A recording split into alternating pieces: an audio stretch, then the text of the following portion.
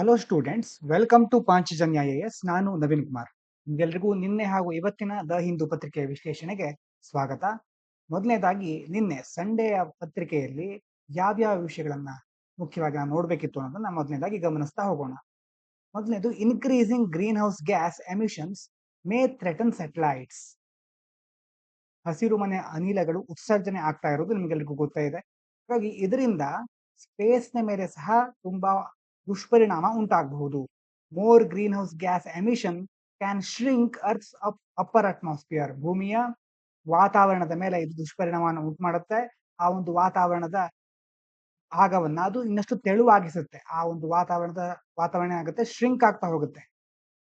ಇದರಿಂದ ಏನಾಗುತ್ತೆ, changing how satellites move in space. ಉಪಗ್ರಹಗಳು ಬಾಹ್ಯಾಕಾಶದಲ್ಲಿ ಚಲಿಸಬೇಕಾದ್ರೆ ಆ ವಿಧಾನವನ್ನ ಬದಲಾಯಿಸಿಕೊಳ್ಳಬೇಕಾದಂತಹ ಪರಿಸ್ಥಿತಿ ಎದುರಾಗಬಹುದು. When the earth's atmosphere becomes thinner, there is less air resistance. ಇದು ಥಿನ್ ಆಗ್ತಾ ಇದ್ದ ಹಾಗೆ, ತೆಳುವಾಗ್ತಾ ಇದ್ದ ಹಾಗೆ ಅಲ್ಲಿ ಗಾಳಿಯ ಒಂದು ರೆಸಿಸ್ಟೆನ್ಸ್, ಪ್ರತಿರೋಧ ಕಡಿಮೆ ಇರುತ್ತೆ.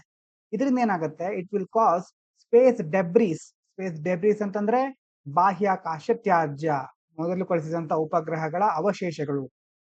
ಅದೇನ್ ಮಾಡುತ್ತೆ ಅಂತಂದ್ರೆ, ಅದು ಅಲ್ಲಿ ತಿರುಗ್ತಾ ಇರುವಂತ ಉಪಗ್ರಹಗಳಿಗೆ ತಡೆಯಾಗುತ್ತೆ.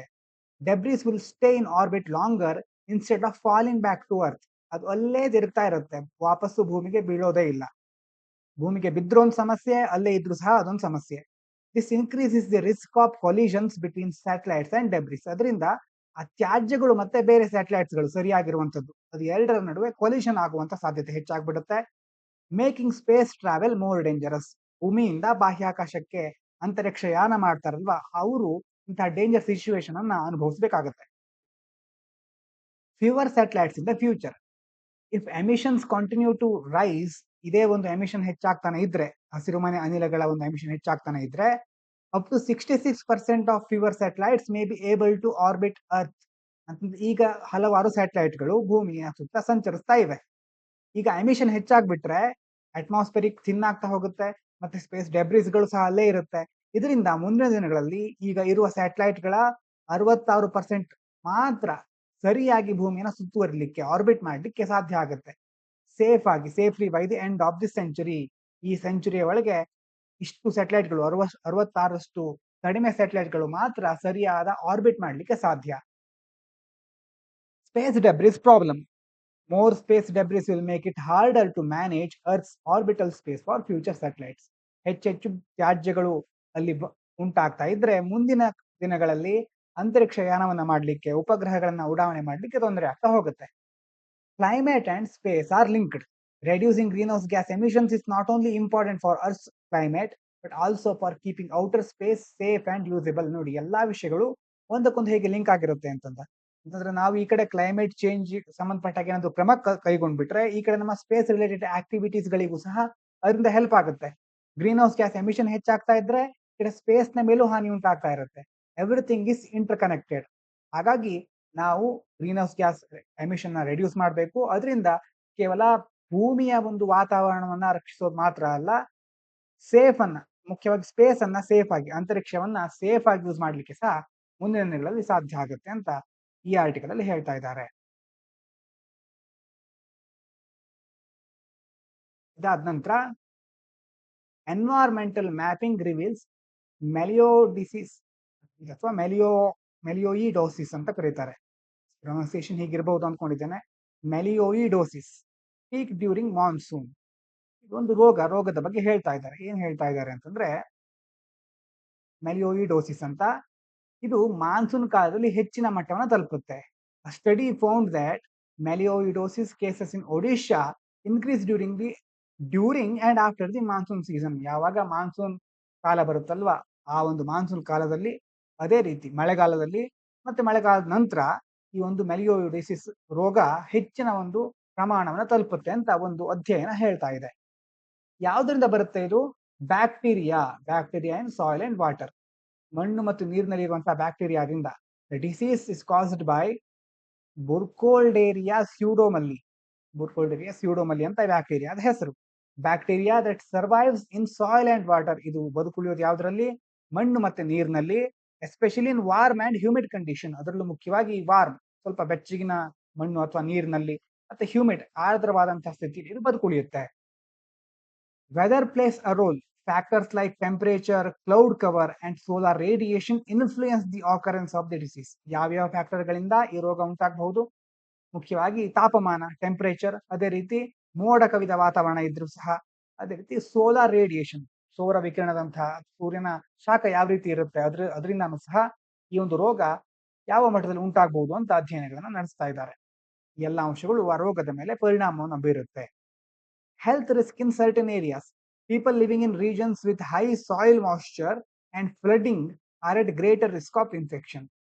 ಅಂತಂದ್ರೆ ಮುಖ್ಯವಾಗಿ ಮಣ್ಣಿನ ತೇವಾಂಶ ಹೆಚ್ಚಿರುವ ಪ್ರದೇಶ ಮತ್ತೆ ಪ್ರವಾಹ ಪೀಡಿತ ಪ್ರದೇಶ, ಈ ಪ್ರದೇಶದಲ್ಲಿ ವಾಸಿಸ್ತಾ ಇರುವ ಜನರು ಈ ಒಂದು ಸೋಂಕಿಗೆ ಹೆಚ್ಚು ಒಳಗಾಗಬಹುದು. ಯಾಕಂತಂದ್ರೆ ಅಂತ ಪ್ರದೇಶದಲ್ಲಿ ಕಲುಷಿತ ನೀರು, ಮಣ್ಣು ಹೆಚ್ಚು ಕಡೆ ಸ್ಪ್ರೆಡ್ ಆಗ್ತಾ ಇರುತ್ತೆ. ಹಾಗಾಗಿ ಅವರಿಗೆ ರಿಸ್ಕ್ ಇದೆ. Better tracking is needed. ಸರಿಯಾಗಿ ಮೇಲ್ವಿಚಾರಣೆ ಮಾಡಬೇಕು. Environmental mapping can help predict outbreaks and improve disease prevention efforts. Environmental mapping ಅಂತಂದ್ರೆ ಮುಖ್ಯವಾಗಿ ಪರಿಸರಕ್ಕೆ ಸಂಬಂಧಪಟ್ಟ ಒಂದು ನಕಾಶೆಯನ್ನು ತಯಾರು ಮಾಡೋದು. ಯಾವ ಪ್ರದೇಶದಲ್ಲಿ ಡಿಸೀಸ್ ಹೆಚ್ಚಾಗಿ ಕಂಡು ಬರ್ತಾ ಇದೆ, ಯಾವ ಪ್ರದೇಶದಲ್ಲಿ ನಾವು ಉತ್ತಮವಾದ ಕ್ರಮಗಳನ್ನ ಕೈಗೊಳ್ಬೇಕು, ಮತ್ತೆ ಹೇಗೆ ಇದನ್ನ ಡಿಟೆಕ್ಟ್ ಮಾಡೋದು, ಪ್ರತಿಯೊಂದರ ಬಗ್ಗೂ ಒಂದು ಮ್ಯಾಪಿಂಗ್ ಅನ್ನ ಕ್ರಿಯೇಟ್ ಮಾಡಿ ಅದನ್ನು ಉಪಯೋಗಿಸ್ಕೊಳ್ಳೋದು. ಮತ್ತೆ ಈ ಮ್ಯಾಪಿಂಗ್ ನ ಮೂಲಕ ಮುಂದಿನ ದಿನಗಳಲ್ಲಿ ಯಾವ ಪ್ರದೇಶದಲ್ಲಿ ಈ ರೋಗ ಬರಬಹುದು ಅನ್ನುವಂತ ಪ್ರೆಡಿಕ್ಷನ್ ಅನ್ನ, ಊಹೆಯನ್ನ ಮಾಡ್ಲಿಕ್ಕೂ ಸಹ ಸಾಧ್ಯ ಆಗುತ್ತೆ. ಇದರಿಂದ ಡಿಸೀಸ್ ನ ಪ್ರಿವೆಂಟ್ ಮಾಡ್ಲಿಕ್ಕೆ ಸಾಧ್ಯ ಆಗುತ್ತೆ ಅಂತ ಹೇಳ್ತಾ ಇದ್ದಾರೆ. ಇನ್ನು ಮುಂದಿನ ವಿಷಯ, treating chikungunya using HIV AIDS drugs efavirenz. HIV ಕಾಯಿಲೆಗೆ ಕೊಡುವಂತ ಒಂದು ಮೆಡಿಸಿನ್ ಅನ್ನ ಅಥವಾ ಒಂದು ಔಷಧವನ್ನ ಚಿಕನ್ ಗುನ್ಯಾಕ್ಕೂ ಸಹ ಕೊಡಬಹುದು ಅನ್ನೋದ್ರ ಬಗ್ಗೆ ಆರ್ಟಿಕಲ್ ನೀಡಿದ್ದಾರೆ. Study found that the HIV drug efavirenz can help treat chikungunya by reducing the virus in the body. ಈ ಎಫಾವಿರೆನ್ಸ್ ಅನ್ನ ಕೊಟ್ರೆ ದೇಹದಲ್ಲಿ ವೈರಸ್ ಪ್ರಮಾಣ ಕಡಿಮೆ ಆಗ್ತಾ ಹೋಗುತ್ತೆ. ಹಾಗಾಗಿ ಚಿಕನ್ ಗುನ್ಯಾ ಚಿಕಿತ್ಸೆಗೂ ಸಹ ಇದರಿಂದ ಹೆಲ್ಪ್ ಆಗಬಹುದು ಹೇಳ್ತಾ ಇದ್ದಾರೆ. No antiviral treatment yet. Currently no specific antiviral drug is approved for chikungunya. ಚಿಕನ್ ಗುನ್ಯಾಕ್ಕೆ ಯಾವುದೇ ಆಂಟಿವೈರಲ್ ಔಷಧಿಯನ್ನ ಇನ್ನೂ ಸಹ ಸರ್ಕಾರ ಅಥವಾ ಬೇರೆ ಬೇರೆ ತಜ್ಞರು ಅನುಮೋದನೆ ಮಾಡಿಲ್ಲ. And only a few compounds have shown potential. ಕೆಲವು ಸಂಯುಕ್ತಗಳಿಂದ, ಮೆಡಿಸಿನ್ ಗಳನ್ನ ಲ್ಯಾಬ್ ನಲ್ಲಿ ಮಾಡ್ತಾರಲ್ವಾ, ಆ ಮೆಡಿಸಿನ್ ಗಳಿಂದ ಸ್ವಲ್ಪ ಮಟ್ಟಿಗೆ ಕಡಿಮೆ ಆಗಬಹುದು ಅಂತ ಹೇಳ್ತಾ ಇದ್ದಾರೆ. Successful lab test experiments on cell lines and mice showed that epivirine significantly reduced the chikungunya virus by blocking its replication. ಜೀವಕೋಶಗಳ ಮೇಲೆ ಮತ್ತೆ ಇಲಿಗಳ ಮೇಲೆ ಬೇರೆ ಬೇರೆ ಪ್ರಯೋಗಗಳನ್ನ ಮಾಡಿದಾಗ ಈ ಒಂದು ಎಫಿವಿರಿನ್ ನ ಮೂಲಕ ಚಿಕನ್ ಗುನ್ಯಾ ಆ ಒಂದು ವೈರಸ್ ನ ಚೆನ್ನಾಗಿ ತಡಿಬಹುದು, ಅದನ್ನ ಕಡಿಮೆ ಮಾಡಬಹುದು. ವೈರಸ್ ರೆಪ್ಲಿಕೇಟ್ ಆಗೋದನ್ನ ಮತ್ತೆ ಮತ್ತೆ ಮಲ್ಟಿಪ್ಲೈ ಆಗುತ್ತಲ್ವಾ ದೇಹದೊಳಗೆ, ಅದನ್ನ ತಡಿಬಹುದು ಅಂತ ಹೇಳ್ತಾ ಇದ್ದಾರೆ. ಹೌ ಇಟ್ ವರ್ಕ್ಸ್, ಹೇಗೆ ವರ್ಕ್ ಆಗುತ್ತೆ? The drug affects hepatocytes. Hepatocytes ಅಂತಂದ್ರೆ ಲಿವರ್ ಸೆಲ್ಸ್, ನಮ್ಮ ಯಕೃತ್ ಅಂತ ಹೇಳ್ತೀವಲ್ಲ, ಲಿವರಿನ ಸೆಲ್ಗಳು ಹೆಪಟೋಸೈಟ್ಗಳ ಮೇಲೆ ಅಫೆಕ್ಟ್ ಆಗುತ್ತೆ. ಅಫೆಕ್ಟ್ ಆಗಿ reducing the virus from multiplying and spreading the body. ಆ ಒಂದು ರೀಜನ್ ಅಲ್ಲಿ ಇರುವಂತಹ ವೈರಸ್ ಗಳನ್ನ ಕಂಟ್ರೋಲ್ ಮಾಡಿ ಬೇರೆ ದೇಹಕ್ಕೆ ಆ ವೈರಸ್ ಹರಡದ ಹಾಗೆ ನೋಡ್ಕೊಳ್ಳುತ್ತೆ. More studies are needed. Researchers believe efavirenz could be repurposed for chikungunya treatment. HIV ಗೆ ಇರುವಂತ ಒಂದು ಮೆಡಿಸಿನ್ ಇದು, ಆ ಒಂದು ಔಷಧಿ, ಅದನ್ನ ಮತ್ತೆ ಚಿಕನ್ ಗುನ್ಯಾಗೋಸ್ಕರ ಬಳಸ್ಕೊಳ್ಬಹುದು ಅಂತ ರಿಸರ್ಚರ್ಗಳು ಹೇಳ್ತಾ ಇದ್ದಾರೆ. But more studies are needed before approval for human use. ಆದ್ರೆ ಏನ್ ಮಾಡ್ಬೇಕು, ಮನುಷ್ಯನಿಗೆ ಅದನ್ನ ಪ್ರಯೋಗಿಸೋ ಮೊದಲು, ಮನುಷ್ಯನ ಮೇಲೆ ಅದನ್ನ ಪ್ರಯೋಗ ಮಾಡೋದ್ ಮೊದಲು ಇನ್ನಷ್ಟು ಹೆಚ್ಚು ರಿಸರ್ಚ್ ಗಳನ್ನ, ಸ್ಟಡಿಗಳನ್ನ ಮಾಡಬೇಕು, ನಂತರನೇ ಅದನ್ನ ಪ್ರಯೋಗಿಸಬೇಕು ಅಂತ ಈ ಆರ್ಟಿಕಲ್ ಅಲ್ಲಿ ಹೇಳ್ತಾ ಇದ್ದಾರೆ. ಈ ಕಡೆ ಬಂದ್ರೆ ಇಲ್ಲಿ ಚಿಕ್ಕ ಆರ್ಟಿಕಲ್ ಇತ್ತು, ಸಣ್ಣ ಇನ್ಫಾರ್ಮೇಶನ್ ಅಷ್ಟೇ. Mother's high fat diet can cause liver stress in foetuses. ಅಂತಂದ್ರೆ ತಾಯಿಯರು ಯಾವ ರೀತಿ ಆಹಾರ ಸೇವಿಸ್ತಾರೆ, ಒಂದು ವೇಳೆ ಆ ತಾಯಿಯ ಆಹಾರದಲ್ಲಿ ಹೈ ಫ್ಯಾಟ್ ಇದ್ರೆ, ಕೊಬ್ಬಿನ ಅಂಶ ಜಾಸ್ತಿ ಇದ್ರೆ, ಶುಗರ್ ಜಾಸ್ತಿ ಇದ್ರೆ, unborn babies can develop liver stress. ಆ ಒಂದು ಹೊಟ್ಟೆಯಲ್ಲಿರುವಂತಹ ಭ್ರೂಣದ ಮೇಲೂ, ಆ ಭ್ರೂಣದ ಲಿವರ್ ಮೇಲೆ ಸಹ ಹೆಚ್ಚು ಸ್ಟ್ರೆಸ್ ಬರುತ್ತೆ. Study shed lights on changes to the fetus bile acid. Liver ನಲ್ಲಿ ಬೈಲ್ ಆಸಿಡ್ ಗಳಿರುತ್ತೆ, which affect how liver disease develops and progresses. ಅದರಿಂದ ಆ ಬೈಲ್ ಆಸಿಡ್ ನಿಂದ ಲಿವರ್ ನಲ್ಲಿ ಬೇರೆ ಬೇರೆ ರೋಗಗಳು ಹೇಗೆ ಬರಬಹುದು, ಅದು ಹೇಗೆ ಮುಂದುವರಿಬಹುದು ಅನ್ನೋದೆಲ್ಲ ಅಫೆಕ್ಟ್ ಆಗ್ತಾ ಇರುತ್ತೆ. ಹಾಗಾಗಿ ತಾಯಿಯರ ಆಹಾರ ಸಹ, ತಾಯಿಯರು ಯಾವ ರೀತಿ ಆಹಾರ ತೆಗೆದುಕೊಳ್ತಾರೆ, ಒಂದು ವೇಳೆ ಫ್ಯಾಟ್ ಹೆಚ್ಚಿದ್ರೆ, ಶುಗರ್ಸ್ ಹೆಚ್ಚಿದ್ರೆ, ಅದು ಮಗುವಿನ ಲಿವರ್ ಮೇಲೆ ದುಷ್ಪರಿಣಾಮನ ಉಂಟು ಮಾಡುತ್ತೆ ಅಂತ ಹೇಳ್ತಾ ಇದ್ದಾರೆ. ಇದಾದ ನಂತರ Election Commission revisits EPIC and Aadhaar link plan after 2015 halt. ಇದರ ಬಗ್ಗೆ ಮುಂದಿನ ದಿನಗಳೇ ಎಡಿಟೋರಿಯಲ್ ಬರಬಹುದು ಅಂತ ಅಂದ್ಕೊಂಡಿದ್ದೇನೆ. ಅವರು ಮೇನ್ ಪೇಜ್ ನಲ್ಲಿ ಕೊಟ್ಟಿದ್ದು ಏನಂತಂದ್ರೆ, chief election commissioner calls meeting with home secretary ಜೊತೆ ಚೀಫ್ ಎಲೆಕ್ಷನ್ ಕಮಿಷನರ್ ಒಂದು ಮೀಟಿಂಗ್ ಅನ್ನು ಮಾಡ್ಕೊಳ್ತಾ ಇದ್ದಾರೆ. ಯಾಕಂತಂದ್ರೆ ಈ ಹಲವಾರು ದಿನಗಳ ಹಿಂದೆ ಒಂದು ಆರ್ಟಿಕಲ್ ಬಂದಿತ್ತು, ನೀವು ನೆನಪಿರಬಹುದು. ವೋಟರ್ ಐಡಿ ಡ್ಯೂಪ್ಲಿಕೇಶನ್ ಒಂದು ಪ್ರಾಬ್ಲಮ್ ಇದೆ. ಹಲವಾರು ರಾಜ್ಯಗಳಲ್ಲಿ ವೋಟರ್ ಐಡಿ ಡ್ಯೂಪ್ಲಿಕೇಶನ್ ಪ್ರಾಬ್ಲಮ್ ಇಂದ ಬೇರೆ ಬೇರೆ ಪ್ರಾಬ್ಲಮ್ಗಳಾಗಿದೆ, ಬೇರೆ ಬೇರೆ ಸಮಸ್ಯೆಗಳು ಎದುರಾಗ್ತಾ ಇದೆ ಅಂತ ಹಲವಾರು ವಿರೋಧ ಪಕ್ಷಗಳು ಪ್ರಶ್ನೆಯನ್ನೇ ಎತ್ತಿದ್ವು. ಅದಕ್ಕೋಸ್ಕರ ಎಲೆಕ್ಷನ್ ಕಮಿಷನ್ ಏನ್ ಮಾಡಿತ್ತು, ಸರ್ವ ಪಕ್ಷಗಳ ಸಭೆ ಅಂತ ಹೇಳ್ಬಹುದು, ಎಲ್ಲಾ ಪಕ್ಷಗಳನ್ನ ಕರೆದು ಒಂದು ಮೀಟಿಂಗ್ ಅನ್ನ ಮಾಡಿತ್ತು. ಈಗ ಇದಕ್ಕೋಸ್ಕರ ಏನಾದ್ರು ಕ್ರಮವನ್ನ ಕೈಗೊಳ್ಬೇಕು ಅಂತ ಆಧಾರ್ ಮತ್ತೆ ಈ ವೋಟರ್ ಐಡಿ ಇದೆರಡನ್ನ ಲಿಂಕ್ ಮಾಡೋದ್ರ ಬಗ್ಗೆ ಈಗ ಯೋಚನೆ ಮಾಡ್ತಾ ಇದೆ. ಹಿಂದೊಮ್ಮೆ 2015 ಮಾಡಿತ್ತು. ಆದ್ರೆ ಅವಾಗ ಸುಪ್ರೀಂ ಕೋರ್ಟ್ ಏನ್ ಹೇಳಿತ್ತು, ಸರ್ಕಾರದ ಯೋಜನೆಗಳಿಗೆ ಮಾತ್ರ ಆಧಾರ್ ಕಡ್ಡಾಯ, ಸೊ ಅದರನ್ನ ನೀವು ಕಡ್ಡಾಯ ಅಂತ ಮಾಡಬಹುದು ಹೊರತು ಬೇರೆ ಬೇರೆ ಕಾರಣಗಳಿಗೋಸ್ಕರ ಆಧಾರನ್ನ ಅಷ್ಟು ಕಡ್ಡಾಯ ಮಾಡೋ ಅವಶ್ಯಕತೆ ಇಲ್ಲ ಅಂತ ಅವಾಗ ಸುಪ್ರೀಂ ಕೋರ್ಟ್ ಹೇಳಿತ್ತು. ಮುಂದಿನ ದಿನಗಳಲ್ಲಿ ಏನ್ ಮಾಡ್ತಾರೆ ಅಂತ ಆರ್ಟಿಕಲ್ ಬರುತ್ತೆ, ಅವಾಗ ಇನ್ನೊಂದ್ಸಾರಿ ಸರಿಯಾಗಿ ನೋಡ್ಕೊಳ್ಳೋಣ. ಈಗ ಇಷ್ಟು ಪ್ರಸ್ತಾವನೆಯನ್ನು ಇಟ್ಟಿದ್ದಾರೆ, ಹಾಗಾಗಿ ಯಾವುದೇ ಕ್ರಮಗಳನ್ನ ಕೈಗೊಂಡಾಗ ಅದರ ಬಗ್ಗೆ ಮತ್ತೊಮ್ಮೆ ಡಿಸ್ಕಸ್ ಮಾಡೋಣ. US planning visa curves on 41 Nations. US ನಲ್ಲಿ ಹೊಸದಾದಂತಹ ಒಂದು ವೀಸಾ ರೂಲ್ಸ್ ಅನ್ನ ತಗೊಂಡು ಬರ್ತಾ ಇದ್ದಾರೆ. ಅದ್ರ ಪ್ರಕಾರ ಹಲವಾರು ದೇಶಗಳನ್ನ ಬ್ಯಾನ್ ಮಾಡ್ತಾ ಇದ್ದಾರೆ. ಯಾವ ದೇಶಗಳಿಗೆ ವೀಸಾ ಕೊಡೋದಿಲ್ಲ. No entry citizen of 10 countries including Afghanistan, Iran, Syria, Cuba, North Korea, ಎಲ್ಲಾ ದೇಶಗಳಿಂದ ಬರುವಂತ ಜನರ ಮೇಲೆ totally barred from entering US ಅವರು ಪ್ರವೇಶಿಸಲಿಕ್ಕೆ ಆಗ್ಬಾರ್ದು, ಆ ರೀತಿ ಅವ್ರ ಮೇಲೆ ಬ್ಯಾನ್ ಅನ್ನ ಹಾಕಿದ್ದಾರೆ. ಮೊದಲನೇದು ಕಂಟ್ರಿ ಕಂಪ್ಲೀಟ್ ಆಗಿ ಬ್ಯಾನ್ ಮಾಡಿರೋದು. ಎರಡನೇದು 5 countries including Eritrea, Laos and Myanmar will face partial visa suspension. ಎರಡನೇ ಹಂತದಲ್ಲಿ ಹಲವಾರು ದೇಶಗಳಿಗೆ ಏನ್ ಮಾಡ್ತಾ ಇದ್ದಾರೆ, ಪಾರ್ಷಿಯಲ್ ವೀಸಾ ಸಸ್ಪೆನ್ಷನ್ ಮಾಡ್ತಾ ಇದ್ದಾರೆ. ಕಂಪ್ಲೀಟ್ ಆದ ಬ್ಯಾನ್ ಅಲ್ಲ, ಆದ್ರೆ ಕೆಲವೊಂದು ಹೆಚ್ಚಿನ ರೂಲ್ಸ್ ಅನ್ನ ಹಾಕ್ತಾರೆ ಅವ್ರ ಮೇಲೆ. ಮೂರನೇ ಹಂತದಲ್ಲಿ 26 ನೇಷನ್ಸ್ ಇನ್ಕ್ಲೂಡಿಂಗ್ ಪಾಕಿಸ್ತಾನವನ್ನ ಸೇರಿಸಿದ ಹಾಗೆ 26 ನೇಷನ್ಗಳ ಮೇಲೆ citizens will have 60 days to address US concerns. America ಏನನ್ನ ರೂಲ್ಸ್ ಅನ್ನ ಹೇಳಿದ್ರೆ ಅದನ್ನ ಫಾಲೋ ಮಾಡ್ಲಿಕ್ಕೆ, ಅಮೆರಿಕ ಹೇಳಿದನ್ನ ಒಪ್ಕೊಳ್ಳಿಕ್ಕೆ ಅವರಿಗೆ 60 ದಿನಗಳ ಕಾಲಾವಕಾಶ ಕೊಡ್ತಾರೆ. ಅದಕ್ಕೆ ಸರಿಯಾಗಿ ಅವರು ನಡ್ಕೊಂಡ್ಬಿಟ್ರೆ ಆಮೇಲೆ ಅವರಿಗೆ ವೀಸಾವನ್ನ ಕೊಡಬಹುದು. ಈ ರೀತಿ ವೀಸಾದ ಬಗ್ಗೆ ಹಲವಾರು ಕ್ರಮಗಳನ್ನ ಅಮೆರಿಕ ಕೈಗೊಳ್ತಾ ಇದೆ. ಇಲ್ಲಿಗಲ್ ಇಮಿಗ್ರೆಂಟ್ಸ್ ಅನ್ನ ತಡೆಗಟ್ಟೋಕೆ ಟ್ರಂಪ್ ಅವರು ಹಲವಾರು ಕ್ರಮಗಳನ್ನ ಕೈಗೊಳ್ತಾ ಇದ್ದಾರೆ. ಅದರಲ್ಲಿ ಇದು ಸಹ ಒಂದು. ಇದಾದ ನಂತರ ಇವಿಷ್ಟು ನಿನ್ನೆ ಆರ್ಟಿಕಲ್ ಆಗಿತ್ತು ಮುಖ್ಯವಾಗಿ ನೋಡ್ಬೇಕಾಗಿರೋದು. ಇವತ್ತಿನ ಆರ್ಟಿಕಲ್ ಗಳನ್ನ ನೋಡೋದಾದ್ರೆ, challenges of public health education in India.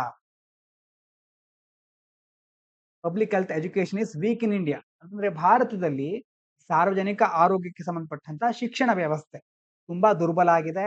There are very few specialized courses and trained professionals in public health.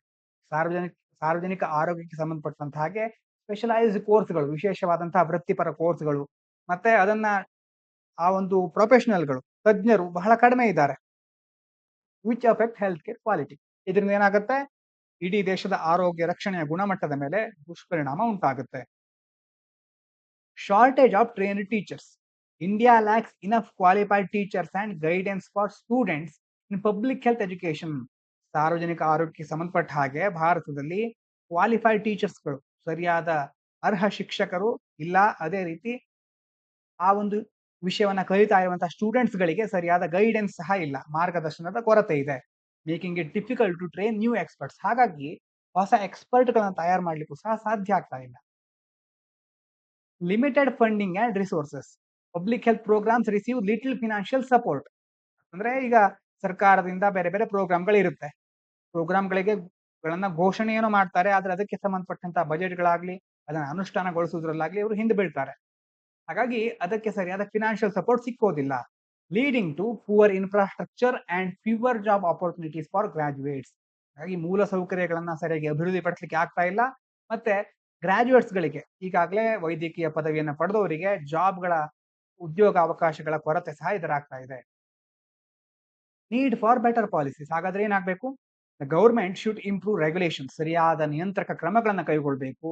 Create more public health courses. Public health ಗೆ ಸಂಬಂಧಪಟ್ಟಂತಹ ಸ್ಪೆಷಲೈಸ್ಡ್ ಕೋರ್ಸ್ ಗಳನ್ನ ಕ್ರಿಯೇಟ್ ಮಾಡಬೇಕು. And invest in research strength the sector. ಮುಖ್ಯವಾಗಿ ನಮ್ಮ ದೇಶದಲ್ಲಿ R&D ಮೇಲೆ ನಾವು ಹೆಚ್ಚು ಫೋಕಸ್ ಮಾಡ್ತಾನೆ ಇಲ್ಲ. ಹಲವಾರು ಸೆಕ್ಟರ್ಗಳಲ್ಲಿ ರಿಸರ್ಚ್ ಮತ್ತೆ ಡೆವಲಪ್ಮೆಂಟ್, ಸಂಶೋಧನೆ ಹಾಗೂ ಅಭಿವೃದ್ಧಿಗೆ ಸಂಬಂಧಪಟ್ಟಂತಹ ಕ್ರಮಗಳನ್ನ ಹೆಚ್ಚು ಕೈಗೊಳ್ಳಬೇಕು. ಈ ಮೂಲಕ ಮುಂದಿನ ದಿನಗಳಲ್ಲಿ ಈ ಕ್ಷೇತ್ರವನ್ನ ಇನ್ನಷ್ಟು ಅಭಿವೃದ್ಧಿಗೊಳಿಸಬಹುದು. Growing importance of public health. With increasing health challenges, India must focus on developing skilled public health professionals. Professionals ಇದ್ರೆ ಸಾಕಾಗೋದಿಲ್ಲ, ಅವರಿಗೆ ಸರಿಯಾದ ಕೌಶಲ್ಯಗಳಿರಬೇಕು. ಅದರಲ್ಲೂ ಭಾರತದಂತಹ ದೇಶಗಳಲ್ಲಿ ಹಳ್ಳಿಗಳಲ್ಲಿ ಮತ್ತೆ ಬಡವರನ್ನ ಯಾವ ರೀತಿ ನಿರ್ವಹಿಸಬೇಕು ಅನ್ನುವಂತಹ ಒಂದು ಸ್ಕಿಲ್ ಇರಬೇಕಾಗುತ್ತೆ.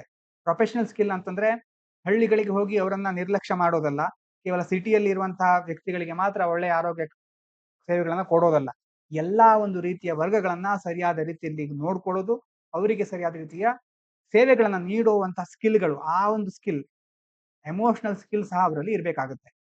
Improve over all health care. ಈ ಮೂಲಕ ಭಾರತದ ಸಮಗ್ರ ಆರೋಗ್ಯ ವ್ಯವಸ್ಥೆಯನ್ನ ನಾವು ಇಂಪ್ರೂವ್ ಮಾಡಬಹುದು. ಇದಾದ ನಂತರ ಇವತ್ತು ನೋಡಿ, ಹೆಲ್ತ್ ಅಂಡ್ ಗವರ್ನೆನ್ಸ್ ಒಂದು ಆರ್ಟಿಕಲ್, ಹೆಲ್ತ್ ಅಂಡ್ ಗವರ್ನೆನ್ಸ್ ಇನ್ನೊಂದು ಆರ್ಟಿಕಲ್ ಇದೆ, ಮೂರನೇ ಆರ್ಟಿಕಲ್, ನಾಲ್ಕನೇ ಆರ್ಟಿಕಲ್, 4 ಆರ್ಟಿಕಲ್ಗಳಿದೆ ಹೆಲ್ತ್ ಅಂಡ್ ಗವರ್ನೆನ್ಸ್ ಗೆ ಸಂಬಂಧಪಟ್ಟ ಹಾಗೆ. ಹಾಗಾಗಿ ಈ ಒಂದು ಆರ್ಟಿಕಲ್ ಇಂದ ಬರುವಂತ ಎಲ್ಲಾ ಅಂಶಗಳನ್ನು ನೀವು ಬೇರೆ ಕಡೆ ಒಂದು ಫೈಲ್ ಅಲ್ಲಿ ಅಥವಾ ಒಂದು ನೋಟ್ ಬುಕ್ ಅಲ್ಲಿ ಬರೆದಿಟ್ಕೊಂಡ್ಬಿಟ್ರೆ, ಅದರಿಂದ ಎಸ್ಸೆಗಳಿಗೆ ಎಥಿಕ್ಸ್ ನಲ್ಲಿ, ಮತ್ತೆ ಸೊಸೈಟಿ, ಹಾಗೆ GS3 ಅಲ್ಲಿ ಇರುವಂತ ಹೆಲ್ತ್ ಸೆಕ್ಷನ್, ಎಲ್ಲಾ ಒಂದು ಸಬ್ಜೆಕ್ಟ್ ಗಳಿಗೂ ಹೆಲ್ಪ್ ಆಗುತ್ತೆ. ಹಾಗಾಗಿ ಸರಿಯಾಗಿ ಪಾಯಿಂಟ್ ಅನ್ನ ನೋಡ್ಕೊಳ್ಳಿ. ಇದ್ರ ಬಗ್ಗೆ ಎಕ್ಸ್ಟ್ರಾ ನೋಟ್ಸ್ ಮಾಡ್ಕೊಳ್ಳೋದು ಬೇಡ, ಆದ್ರೆ ಇಂತಹ ವಿಷಯಗಳು ಬಂದಾಗ ನಿಮಗೆ ಇಲ್ಲಿದೆ ಇದ್ರ ಬಗ್ಗೆ ಸಂಬಂಧಪಟ್ಟ ಅಂಶಗಳು ಅನ್ನೋದಾದ್ರೂ ನೆನಪಿರ್ಲಿ. ಮತ್ತೆ ರಿವಿಷನ್ ಮಾಡ್ಬೇಕಾದ್ರೆ ನಿಮ್ಮ ನೋಟ್ಸ್ಗೆ ಚಿಕ್ಕ ಚಿಕ್ಕ ಪಾಯಿಂಟ್ ಗಳನ್ನ, ಶಾರ್ಟ್ ನೋಟ್ಸ್ ನೀವು ಆಡ್ ಮಾಡ್ಕೋಬಹುದು.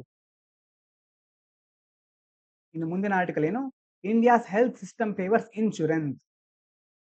ಮೊದಲನೇ ಆರ್ಟಿಕಲ್ ಆಗಿತ್ತಲ್ವ ಇಲ್ಲಿ ಕೆಳಗಡೆ ಇರೋದು, from insurance driven private health care to equity. ಏನಾಗ್ತಾ ಇದೆ ಅಂತಂದ್ರೆ, the government focus more on insurance based health care like Ayushman Bharat rather than strengthening public health services. ಅಂತಂದ್ರೆ ಸಾರ್ವಜನಿಕ ಆರೋಗ್ಯ ಸೇವೆಗಳನ್ನ ಬಲಪಡಿಸುವ ಬದಲು ಸರ್ಕಾರ ಏನ್ ಮಾಡ್ತಾ ಇದೆ, ವಿಮಾ ಆಧಾರಿತ ಆರೋಗ್ಯ ರಕ್ಷಣೆ ಅಂತಂದ್ರೆ insurance based health care system ಮೇಲೆ ಹೆಚ್ಚು ಫೋಕಸ್ ಮಾಡ್ತಾ ಇದೆ. ನಾವು ಮತ್ತೆ ಹೇಳ್ತೀವಲ್ಲ, prevention is better than cure ಅಂತ ಹೇಳ್ತೇವೆ. ನಾವು ಪ್ರಿವೆನ್ಷನ್ ಗಿಂತ ಕ್ಯೂರ್ ಮೇಲೆ ಹೆಚ್ಚು ಫೋಕಸ್ ಮಾಡ್ತಾ ಇದ್ದೇವೆ.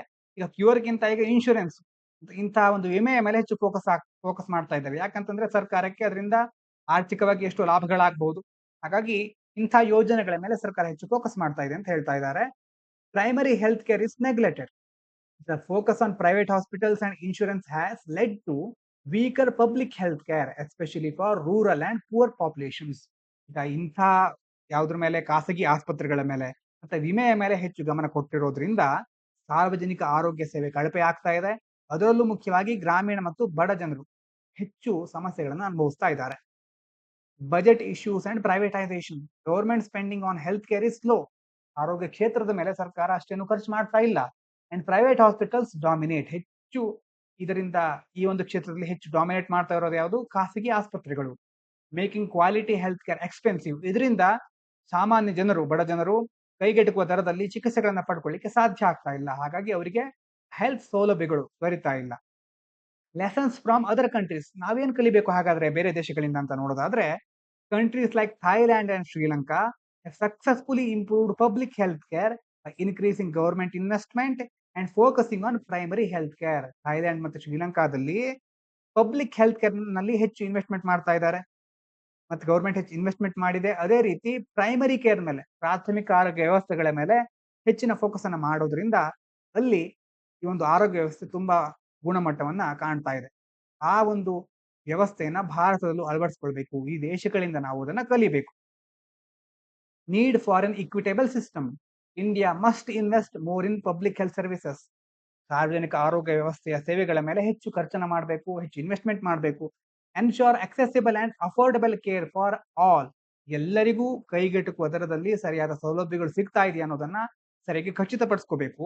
And not rely only on private hospitals and insurance. ಕೇವಲ ಇನ್ಶೂರೆನ್ಸ್ ಮೇಲೆ ಮತ್ತೆ ಖಾಸಗಿ ಆಸ್ಪತ್ರೆಗಳ ಮೇಲೆ ಡಿಪೆಂಡ್ ಆಗಿರಬಾರ್ದು. ಇಷ್ಟು ಈ ಆರ್ಟಿಕಲಿನ ಮುಖ್ಯವಾದ ಅಂಶಗಳು. ಮುಂದಿನ ವಿಷಯ ಈ ಕಡೆ ಇದೆ ನೋಡಿ, tackling the problem of nutrition. ಮೇಲ್ಗಡೆ ಇರೋದನ್ನ ಡಿಸ್ಕಸ್ ಮಾಡ್ತೇವೆ ಸ್ವಲ್ಪ ಹೊತ್ತಿನ ನಂತರ. ಈ ಆರ್ಟಿಕಲ್ ನೋಡೋದಾದ್ರೆ ಹೆಲ್ತ್ ಬಗ್ಗೆ ಒಂದ್ಸರಿ ಮುಗಿಸ್ಕೊಂಡ್ಬಿಡೋಣ. Tackling the nutrition problem. ಏನಾಗ್ತಾ ಇದೆ, nutrition is a major problem. ಪೌಷ್ಟಿಕಾಂಶದ ಕೊರತೆ, ಅಪೌಷ್ಟಿಕತೆ ಎಲ್ಲ ಕಡೆ ಕಂಡು ಬರ್ತಾ ಇದೆ ಭಾರತದಲ್ಲಿ. Malnutrition is a big problem in India, affecting children, pregnant women and other vulnerable groups ಮಕ್ಕಳ ಮೇಲೆ ಮತ್ತೆ ಪ್ರೆಗ್ನೆಂಟ್ ವುಮೆನ್ ಗರ್ಭಿಣಿ ಸ್ತ್ರೀಯರ ಮೇಲೆ ಮತ್ತೆ ದುರ್ಬಲ ಗುಂಪುಗಳು ಹಿಂದುಳಿದ ವರ್ಗಗಳ ಮೇಲೆ ಇದರಿಂದ ಬಹಳ ತೊಂದರೆ ಆಗ್ತಾ ಇದೆ. ಈ ಎಲ್ಲ ಗುಂಪುಗಳಿಗೆ ಮಾಲ್ ನ್ಯೂಟ್ರಿಷನ್ ಅಪೌಷ್ಟಿಕತೆಯಿಂದ ದೊಡ್ಡ ಸಮಸ್ಯೆಗಳು ಎದುರಾಗ್ತಾ ಇದೆ. Many children suffer from stunted growth and nutrition deficiency. ಕುಂಠಿತವಾದಂತಹ ಬೆಳವಣಿಗೆ ಮತ್ತೆ ಅಪೌಷ್ಟಿಕತೆಯಿಂದ ಹಲವಾರು ಚಿಲ್ಡ್ರನ್ಗಳು ಬಳಲ್ತಾ ಇದ್ದಾರೆ. ಗವರ್ಮೆಂಟ್ ಪ್ರೋಗ್ರಾಮ್ಸ್, ಹಾಗಾದ್ರೆ ಸರ್ಕಾರ ಏನ್ ಮಾಡಿದೆ? The government has launched schemes like Saksham anganwadi and Poshan 2.0 improve nutrition. ಈ ಒಂದು ಪೌಷ್ಟಿಕಾಂಶದ ಸುಧಾರಣೆಗೋಸ್ಕರ ಸರ್ಕಾರ ಸಕ್ಷಮ್ ಅಂಗನವಾಡಿ ಮತ್ತೆ ಪೋಷಣ್ 2.0 ಅನ್ನುವಂಥ ಕಾರ್ಯಕ್ರಮಗಳನ್ನ ಪ್ರಾರಂಭಿಸಿದೆ. These programs focus on providing better food, tracking malnutrition cases and supporting mothers and children. ಈ ಪ್ರೋಗ್ರಾಮ್ ಏನ್ ಮಾಡ್ತಾರೆ? ಉತ್ತಮ ಗುಣಮಟ್ಟದ ಆಹಾರವನ್ನು ಒದಗಿಸೋದು ಮತ್ತೆ ಮಾಲ್ ನ್ಯೂಟ್ರಿಷನ್ ಕೇಸ್ಗಳು ಎಲ್ಲೆಲ್ಲಿ ಯಾವ ಮಟ್ಟದಲ್ಲಿ ಇದೆ ಅನ್ನೋದನ್ನ ಟ್ರ್ಯಾಕ್ ಮಾಡೋದು ಮತ್ತೆ ತಾಯಂದಿರಿಗೆ ಮತ್ತೆ ಮಕ್ಕಳಿಗೆ ಏನ್ ಮಾಡೋದು? ಸಪೋರ್ಟ್ ಕೊಡೋದು. ಸಪೋರ್ಟ್ ಅಂತಂದ್ರೆ ಅವರಿಗೆ ಬೇಕಾದಂತ ಆಹಾರ ವ್ಯವಸ್ಥೆ ಮತ್ತೆ ಆರೋಗ್ಯ ವ್ಯವಸ್ಥೆನ ಕಲ್ಪಿಸೋದು. Challenges in implementation. Despite these programmes, ಎಲ್ಲ ಕಾರ್ಯಕ್ರಮಗಳಿದ್ರೂ ಸಹ issues like poor access to food, ಸರಿಯಾದ ಆಹಾರ ಸಿಗ್ತಾ ಇಲ್ಲ, ಲ್ಯಾಕ್ ಆಫ್ ಅವೇರ್ನೆಸ್, ಸರ್ಕಾರದ ಯೋಜನೆಗಳ ಬಗ್ಗೆ ಜನರಿಗೆ ಮಾಹಿತಿ ಇಲ್ಲ, ಅಂಡ್ ವೀಕ್ ಪಾಲಿಸಿ ಎಕ್ಸಿಕ್ಯೂಷನ್, ಯೋಜನೆಗಳನ್ನ ಸರಿಯಾಗಿ ಅನುಷ್ಠಾನಗೊಳಿಸ್ತಾ ಇಲ್ಲ. So make it hard to solve the problem effectively. ಎಲ್ಲ ಕಾರಣದಿಂದಾಗಿ ಯೋಜನೆಗಳಿದ್ರೂ ಸಹ ಪ್ರಾಬ್ಲಮ್ ಸಾಲ್ವ್ ಆಗ್ತಾ ಇಲ್ಲ. Need for public health approach. Experts believe that better coordination between government departments, proper training for health workers, and better facilities at Anganwadis can help improve nutrition outcomes. Experts ಗಳು ಏನ್ ಹೇಳ್ತಾರೆ? ಮುಖ್ಯವಾಗಿ ಸರ್ಕಾರದ ಬೇರೆ ಬೇರೆ ಶಾಖೆಗಳಿರುತ್ತೆ, ಡಿಪಾರ್ಟ್ಮೆಂಟ್ಗಳಿರುತ್ತೆ, ಮಿನಿಸ್ಟ್ರಿಗಳಿರುತ್ತೆ. ಈಗ health ministry, women welfare ministry ಮತ್ತೆ farmers welfare ministry, ಹೀಗೆ ಎಲ್ಲ ಬೇರೆ ಬೇರೆ ಮಿನಿಸ್ಟ್ರಿಗಳ ಜೊತೆ ಎಲ್ಲರೂ ಒಟ್ಟಾಗಿ ಸೇರ್ಕೊಂಡು ಏನ್ ಮಾಡ್ಬೇಕು? ಕೋಆರ್ಡಿನೇಷನ್ ಮೂಲಕ, ಸಹಕಾರದ ಮೂಲಕ ಕೆಲಸ ಮಾಡಬೇಕು. ಆಗ ಅದ್ರ ಜೊತೆ ಮತ್ತೆ proper training for health workers, ವೈದ್ಯಕೀಯ ಸಿಬ್ಬಂದಿಗಳಿಗೆ ಸರಿಯಾದ ಟ್ರೈನಿಂಗ್ ಅನ್ನ ಕೊಡೋದು, ಅಂಡ್ ಬೆಟರ್ ಫೆಸಿಲಿಟೀಸ್ ಅಟ್ ಅಂಗನವಾಡಿಗಳಲ್ಲಿ ಉತ್ತಮವಾದಂತಹ ಮೂಲಸೌಕರ್ಯಗಳನ್ನ ಸ್ಥಾಪಿಸುವುದು, ಹೆಚ್ಚಿನ ಸೌಲಭ್ಯಗಳನ್ನ ಅವರಿಗೆ ದೊರಕಿಸಿಕೊಡುವುದು. ಎಲ್ಲಾ ಕಾರ್ಯಕ್ರಮಗಳನ್ನ ಕೈಗೊಳ್ಳೋದ್ರ ಮೂಲಕ ಹೆಲ್ತ್ ಅನ್ನ, ಮುಖ್ಯವಾಗಿ ಪೌಷ್ಟಿಕಾಂಶಕ್ಕೆ ಸಂಬಂಧಪಟ್ಟಂತಹ ತೊಂದರೆಗಳನ್ನ ನಾವು ನಿವಾರಿಸಬಹುದು. ನ್ಯೂಟ್ರಿಷನ್ ಔಟ್ಕಮ್ಗಳನ್ನ ಇನ್ನಷ್ಟು ಸುಲಭಗೊಳಿಸಬಹುದು. ಅಂದ್ರೆ ಹೆಚ್ಚಿನ ನ್ಯೂಟ್ರಿಷನ್ ಪಡ್ಕೊಳ್ಳಿಕ್ಕೆ ಸಾಧ್ಯ ಆಗುತ್ತೆ. ಆಗ ಲರ್ನಿಂಗ್ ಫ್ರಮ್ ಅದರ್ ಕಂಟ್ರೀಸ್, ಇಲ್ಲೂ ಸಹ ಬೇರೆ ದೇಶಗಳಿಂದ ನಾವು ಕಲ್ತ್ಕೊಳ್ಳಿಕ್ಕಿದೆ. Countries like Brazil and China successfully improve nutrition through better food distribution. ಮುಖ್ಯವಾಗಿ ಆಹಾರಗಳನ್ನ ಸರಿಯಾಗಿ ವಿತರಿಸೋದು, ಪಬ್ಲಿಕ್ ಡಿಸ್ಟ್ರಿಬ್ಯೂಷನ್ ಸಿಸ್ಟಮ್ ಅಂತ ಇದೆಯಲ್ವಾ, ಸಾರ್ವಜನಿಕ ವಿತರಣಾ ವ್ಯವಸ್ಥೆ, ಅದನ್ನ ಇನ್ನಷ್ಟು ಬಲವರ್ಧಿಸಬೇಕು. ಅವೇರ್ನೆಸ್ ಪ್ರೋಗ್ರಾಮ್ಸ್, ಯೋಜನೆಗಳನ್ನ ಜಸ್ಟ್ ರೂಪಿಸೋದಲ್ಲ, ಘೋಷಣೆ ಮಾಡೋದು ಮಾತ್ರ ಅಲ್ಲ, ಜನರಿಗೆ ಅದರ ಬಗ್ಗೆ ಮಾಹಿತಿ, ತಿಳುವಳಿಕೆ, ಜಾಗೃತಿಯನ್ನ ಮೂಡಿಸಬೇಕು. ಅಂಡ್ ಹೆಲ್ತ್ ಕೇರ್ ಸಪೋರ್ಟ್, ಅದೇ ರೀತಿ ಎಲ್ಲ ಪ್ರಾಥಮಿಕ ಹಂತದಲ್ಲಿ, ಸಿಟಿಗಳಲ್ಲಿ ಎಲ್ಲಾ ಒಂದು ಹಂತಗಳಲ್ಲೂ ಸಹ ಸರ್ಕಾರ ಮತ್ತೆ ಖಾಸಗಿ ಎರಡೂ ಕ್ಷೇತ್ರಗಳು ಸೇರ್ಕೊಂಡು ಆರೋಗ್ಯ ವ್ಯವಸ್ಥೆಯನ್ನು ಸುಧಾರಿಸಬೇಕು, ಅದಕ್ಕೆ ಬೆಂಬಲವನ್ನ ನೀಡಬೇಕು. India can adapt similar strategies to make progress. ಹಾಗಾಗಿ ಈ ಎಲ್ಲಾ ಸ್ಟ್ರಾಟಜಿಗಳನ್ನ ಭಾರತ ಸಹ ಅಡಾಪ್ಟ್ ಮಾಡ್ಕೊಳ್ಳೋದ್ರಿಂದ ಏನಾಗುತ್ತೆ? ನಾವು ಉತ್ತಮವಾದಂತಹ ಪ್ರೋಗ್ರೆಸ್ ಅನ್ನ, ಉತ್ತಮ ಬೆಳವಣಿಗೆನ ಕಾಣಬಹುದು. ಇದೆಲ್ಲ ಚೀನಾ ಮತ್ತೆ ಬ್ರೆಜಿಲ್ ಇಂದ ನಾವು ಕಲ್ತ್ಕೋಬೇಕಾದಂತಹ ಅಂಶಗಳು. ಇದಾದ ನಂತರ ಮೇಕಿಂಗ್ ಕ್ಯಾನ್ಸರ್ ನೋಟಿಫೈಯಬಲ್ ಡಿಸೀಸ್. ಏನ್ ಹೇಳ್ತಾ ಇದ್ದಾರೆ? Should cancer B A notifiable disease? ಕೆಲವು ದಿನಗಳ ಹಿಂದೆ ನೋಟಿಫೈಬಲ್ ಡಿಸೀಸ್ ಬಗ್ಗೆ ಮಾತನಾಡಿದ್ವಿ. ಏನ್ ನೋಟಿಫೈಬಲ್ ಡಿಸೀಸ್ ಅಂತಂದ್ರೆ, ಹಾವು ಕಚ್ಚಿದ್ದನ್ನ ನಾವು ನೋಟಿಫೈಬಲ್ ಡಿಸೀಸ್ ಮಾಡಿದ್ದಾರೆ ಅನ್ನೋದ್ರ ಬಗ್ಗೆ ಮಾತನಾಡಿದ್ವಿ ಅಲ್ವಾ. ನೋಟಿಫೈಬಲ್ ಡಿಸೀಸ್ ಅಂತಂದ್ರೆ ಆ ಒಂದು ಡಿಸೀಸ್ ಕಂಡು ಬಂದ್ರೆ ಅದನ್ನ ಸರ್ಕಾರಕ್ಕೆ, ಅದಕ್ಕೆ ಸಂಬಂಧಪಟ್ಟಂತ ಅಂಕಿಅಂಶಗಳನ್ನ ಸರ್ಕಾರಕ್ಕೆ ವರದಿ ನೀಡಬೇಕು, ಎಲ್ಲ ಮಾಹಿತಿಗಳನ್ನು ಸರ್ಕಾರಕ್ಕೆ ನೀಡಬೇಕು. ಇಲ್ಲೇನ್ ಹೇಳ್ತಾ ಇದ್ದಾರೆ ಅಂತಂದ್ರೆ, ಕ್ಯಾನ್ಸರ್ ಅನ್ನು ಸಹ ನೋಟಿಫೈಬಲ್ ಡಿಸೀಸ್ ಮಾಡ್ಬೇಕಾ, ಅದೊಂದು ಅಧಿಸೂಚಿತ ರೋಗವನ್ನಾಗಿ ಮಾಡುವ ಕುರಿತಾಗಿ ಚರ್ಚೆ ಆಗ್ತಾ ಇದೆ. There is discussion about whether cancer should be officially reported to the government. Cancer ರೋಗ ಬಂದ್ರೆ ಸರ್ಕಾರಕ್ಕೆ ಅದನ್ನು ಅಧಿಕೃತವಾಗಿ ವರದಿ ಮಾಡ್ಬೇಕಾ ಬೇಡವಾ ಅನ್ನೋದ್ರ ಬಗ್ಗೆ ಚರ್ಚೆ ನಡೀತಾ ಇದೆ. ಲೈಕ್ ಸಮ್ ಇನ್ಫೆಕ್ಷಿಯಸ್ ಡಿಸೀಸಸ್, ಬೇರೆ ಬೇರೆ ಸಾಂಕ್ರಾಮಿಕ ರೋಗಗಳ ರೀತಿ ಇದನ್ನು ರಿಪೋರ್ಟ್ ಮಾಡೋದಾ ಅನ್ನೋದ್ರ ಬಗ್ಗೆ ಯೋಚನೆ ಮಾಡ್ತಾ ಇದ್ದಾರೆ. This would help in better tracking and treatment planning. ಈಗ ಮಾಡೋದ್ರಿಂದ ಏನಾಗುತ್ತೆ? ಆ ಒಂದು ರೋಗವನ್ನು ಸರಿಯಾಗಿ ಟ್ರ್ಯಾಕ್ ಮಾಡ್ಲಿಕ್ಕೆ ಸಾಧ್ಯ ಆಗುತ್ತೆ, ಮತ್ತೆ ಅದಕ್ಕೆ ಸಂಬಂಧಪಟ್ಟಂತ ಚಿಕಿತ್ಸೆಗಳಿಗೆ ಸಂಬಂಧಪಟ್ಟ ಚಿಕಿತ್ಸಾ ಯೋಜನೆಗಳನ್ನ ಟ್ರೀಟ್ಮೆಂಟ್ ಮಾಡಬೇಕಾದ್ರೆ ಯಾವ ಪ್ರದೇಶದಲ್ಲಿ ಹೆಚ್ಚು ರೋಗ ಕಂಡು ಬರ್ತಾ ಇದೆ ಮತ್ತೆ ಅಲ್ಲಿ ಯಾವ ರೀತಿಯ ಕ್ರಮಗಳನ್ನ ಕೈಗೊಳ್ಳಬೇಕು ಅನ್ನೋದನ್ನ ನಿರ್ಧಾರ ಮಾಡ್ಲಿಕ್ಕೆ ಇದರ ಸಹಾಯ ಆಗಬಹುದು ಅಂತ ಹಲವಾರು ತಜ್ಞರು ಹೇಳ್ತಾ ಇದ್ದಾರೆ. Challenges of notification. ಆದ್ರೆ ಸವಾಲುಗಳು ಏನೇನಿದೆ ಅಂತ ನೋಡೋದಾದ್ರೆ, unlike infections, cancer has many types. ಈಗ ಒಂದು ಇನ್ಫೆಕ್ಷನ್ ಬಂದ್ರೆ ಅದನ್ನ ನೋಟಿಫೈ ಮಾಡೋದು ಬೇರೆ, ಆದ್ರೆ ಕ್ಯಾನ್ಸರ್ ಬಂದಾಗ ಅದರಲ್ಲಿ ತುಂಬಾ ಟೈಪ್ಸ್ ಗಳಿದೆ. ಅಂದ್ರೆ ಈಗ ಬ್ಲಡ್ ಕ್ಯಾನ್ಸರ್ ಇರುತ್ತೆ, ಮತ್ತೆ ಕ್ಯಾನ್ಸರ್ ಟ್ಯೂಮರ್ಸ್ ಗಳು ಇರುತ್ತೆ, ಹೀಗೆ ಹಲವಾರು ರೀತಿ ಕ್ಯಾನ್ಸರ್ ಗಳಿರುತ್ತೆ. ಅಂಡ್ ಕಾಸಸ್ ಅಂತಂದ್ರೆ ಅದಕ್ಕೆ ಕಾರಣವೂ ಸಹ ಬೇರೆ ಬೇರೆ ಇರುತ್ತೆ. It does not spread from person to person, ಒಬ್ಬರಿಂದ ಒಬ್ಬರಿಗೆ ಹರಡೋದಲ್ಲ. Making mandatory reporting more complicated. ಈ ಎಲ್ಲ ಕಾರಣಗಳಿಂದಾಗಿ ಕಡ್ಡಾಯವಾಗಿ ಅದನ್ನು ವರದಿ ಮಾಡಲೇಬೇಕು ಅಂತ ಹೇಳಿದ್ರೆ ಆ ಪ್ರಕ್ರಿಯೆ ತುಂಬಾ ಸಂಕೀರ್ಣ ಆಗ್ಬಿಡುತ್ತೆ. Benefits of cancer reporting. ಒಂದು ವೇಳೆ ರಿಪೋರ್ಟಿಂಗ್ ಅನ್ನ ನಾವು ಅಲೋ ಮಾಡಿದ್ರೆ ಏನೇನು ಬೆನಿಫಿಟ್ ಇದೆ? It all cancer cases are reported. It could improve research, treatment access and policy making. ಎಲ್ಲೆಲ್ಲಿ ಎಷ್ಟು ಕ್ಯಾನ್ಸರ್ ಪೇಷಂಟ್ಗಳು ಇದ್ದಾರೆ, ಯಾವ ಒಂದು ವಿಭಾಗದಲ್ಲಿ ಹೆಚ್ಚು ಕ್ಯಾನ್ಸರ್ ಹರಡ್ತಾ ಇದೆ, ಎಲ್ಲಾ ವಿಷಯಗಳನ್ನ ನಾವು ತಿಳ್ಕೋಬಹುದು. ತಿಳ್ಕೊಂಡದ್ರಿಂದ ರಿಸರ್ಚ್ಗೆ ಹೆಲ್ಪ್ ಆಗುತ್ತೆ, ಟ್ರೀಟ್ಮೆಂಟ್ ಅನ್ನ ಎಲ್ಲಿ ಸರಿಯಾಗಿ ಕೊಡ್ಬೋದು ಅನ್ನೋದು ಗೊತ್ತಾಗುತ್ತೆ, ಮತ್ತೆ ಮುಂದಿನ ದಿನಗಳಲ್ಲಿ ಕ್ಯಾನ್ಸರ್ಗೆ ಸಂಬಂಧಪಟ್ಟಂತ ಯಾವುದೇ ನೀತಿಗಳನ್ನ ರೂಪಿಸುವಾಗಲೂ ಅದನ್ನ ಜಾರಿಗೊಳಿಸುವಾಗಲೂ ನಮಗೆ ಹೆಚ್ಚು ಸಹಾಯ ಆಗುತ್ತೆ. It would help understand which type of cancer are common and how they are treated. ಯಾವ ಒಂದು ಕ್ಯಾನ್ಸರ್ನ ಪ್ರಕರಣ ಹೆಚ್ಚು ಕಂಡು ಬರ್ತಾ ಇದೆ, ಯಾವ ವಿಧದ ಕ್ಯಾನ್ಸರ್ ಹೆಚ್ಚಿದೆ, ಮತ್ತೆ ಹೇಗೆ ಅದನ್ನ ಟ್ರೀಟ್ ಮಾಡೋದು ಅನ್ನೋದ್ರ ಬಗ್ಗೆ ನಮಗೆ ಮಾಹಿತಿ ಸಿಕ್ಕಿದ್ರು ಸಿಗಬಹುದಲ್ವಾ ಅಂತ ಕೆಲವರು ಹೇಳ್ತಾ ಇದ್ದಾರೆ. Concerns about privacy and stigma. ಅದೇ ರೀತಿ ಇನ್ನೊಂದು ಸವಾಲು ಏನಂತಂದ್ರೆ, many people worry that reporting cancer cases could violate patients privacy and increase stigma leading to discrimination or fear. ಅಂದ್ರೆ ಕ್ಯಾನ್ಸರ್ ಬಂದಿದೆ ಅಂದ ತಕ್ಷಣ ಸಮಾಜದಲ್ಲಿ ಅವ್ರ ಮೇಲೆ ಒಂದು ಕಳಂಕ ಹೊರಿಸಿದ ಹಾಗೆ ನೋಡ್ಲಿಕ್ಕೆ ಸ್ಟಾರ್ಟ್ ಮಾಡ್ಬಿಡ್ತಾರಲ್ವಾ. ಅಂದ್ರೆ ಕ್ಯಾನ್ಸರ್ ಬಂದಿದೆ ಅಂತ ಅವರಿಗೆ ಅಂತ ಅವರನ್ನ ಮಾತಾಡ್ಲಿಕ್ಕೂ ಹಿಂಜರಿತಾರೆ. ಹಾಗಾಗಿ ಒಂದು ವೇಳೆ ಸರ್ಕಾರ ಇದನ್ನ ವರದಿ ಮಾಡ್ಬೇಕು ಅಂತ ಹೇಳಿದ್ರೆ ಎಲ್ರಿಗೂ ಅದ್ರ ಬಗ್ಗೆ ಗೊತ್ತಾಗ್ಬಿಡುತ್ತೆ ಕ್ಯಾನ್ಸರ್ ಬಂದಿದೆ ಅಂತ. ಹಾಗಾಗಿ ಅಂತ ಕ್ಯಾನ್ಸರ್ ಬಂದಿರುವಂತ ವ್ಯಕ್ತಿಗಳನ್ನ ಜನರು ಸಂಶಯದಿಂದ ಅಥವಾ ತಾರತಮ್ಯದಿಂದ ನೋಡ್ಲಿಕ್ಕೆ ಪ್ರಾರಂಭಿಸ್ತಾರೆ. ಇದು ಆ ವ್ಯಕ್ತಿಗಳ ಮಾನಸಿಕವಾಗಿ ಅವರಿಗೆ ಹೆಚ್ಚು ಒತ್ತಡವನ್ನ ತರಬಹುದು. ಅದೇ ರೀತಿ ಸಮಾಜದಲ್ಲಿ ಒಂದು ಕಳಂಕಿತನಾದ ಭಾವನೆಯನ್ನು ಅವರಲ್ಲಿ ಮೂಡಿಸಬಹುದು. ಹಾಗಾಗಿ ಮತ್ತೆ ಅದರ ಜೊತೆ ಅವರ ಪ್ರೈವಸಿ ಸಹ ಹಾರ್ಮ್ ಆಗಬಹುದು. ಇದ್ರ ಬಗ್ಗೆ ಹೇಳ್ತಾ ಇದ್ದಾರೆ. ಒಂದು better approach. Instead of making cancer notifiable disease, expert suggest expanding the national cancer registry program. Cancer ಅನ್ನ ನೋಟಿಫೈಬಲ್ ಡಿಸೀಸ್ ಮಾಡೋದ್ರ ಬದಲು ಈ ಒಂದು ನ್ಯಾಷನಲ್ ಕ್ಯಾನ್ಸರ್ ರಿಜಿಸ್ಟ್ರಿ ಪ್ರೋಗ್ರಾಮ್ ಇದೆ, ಇದನ್ನೇ ಇನ್ನಷ್ಟು ವಿಸ್ತರಿಸಬೇಕು. ಆ ಮೂಲಕ ಏನ್ ಮಾಡಬೇಕು? ಟು ಕಲೆಕ್ಟ್ ಬೆಟರ್ ಡೇಟಾ, ಸರಿಯಾದ ಮಾಹಿತಿನ ಸಂಗ್ರಹಿಸಬೇಕು. Ensuring patient rights and privacy while improving cancer care policies. ರೋಗಿಗಳ ಪ್ರೈವಸಿ, ಗೌಪ್ಯತೆಯನ್ನು ಕಾಪಾಡಬೇಕು. ಅವರ ಯಾವುದೇ ಹಕ್ಕುಗಳಿಗೆ ಉಲ್ಲಂಘನೆ ಆಗಬಾರದು. ಅದೇ ರೀತಿ ಅವರಿಗೆ ಉತ್ತಮವಾದಂತಹ ಕ್ಯಾನ್ಸರ್ ಕೇರ್ ಪಾಲಿಸಿಗಳನ್ನ ರೂಪಿಸಲಿಕ್ಕೆ ಮುಂದಾಗಬೇಕು. ಇವಿಷ್ಟು ಈ ಒಂದು ಆರ್ಟಿಕಲ್ ಮೂಲಕ ನಾವು ತಿಳ್ಕೊಳ್ಬೇಕಾದಂತಹ ಅಂಶಗಳು. ಇದಾದ ನಂತರ ಏರ್ ಪೊಲ್ಯೂಷನ್. ಇಲ್ಲಿ ಚಿಕ್ಕ ಆರ್ಟಿಕಲ್ ಇತ್ತು. ಚಿಕ್ಕ ಆರ್ಟಿಕಲ್ ಅಲ್ಲಿ ಏನ್ ಹೇಳ್ತಾ ಇದ್ದಾರೆ ಅಂತಂದ್ರೆ, ಟೆರರ್ ಆನ್ ದಿ ಟ್ರೈನ್, ಅಂದ್ರೆ ಪಾಕಿಸ್ತಾನ ಮತ್ತೆ ಬಲೂಚಿಸ್ತಾನ ಒಂದು ಪ್ರಾಬ್ಲಮ್ ಮೇಲೆ ಹೇಳ್ತಾ ಇದ್ದಾರೆ.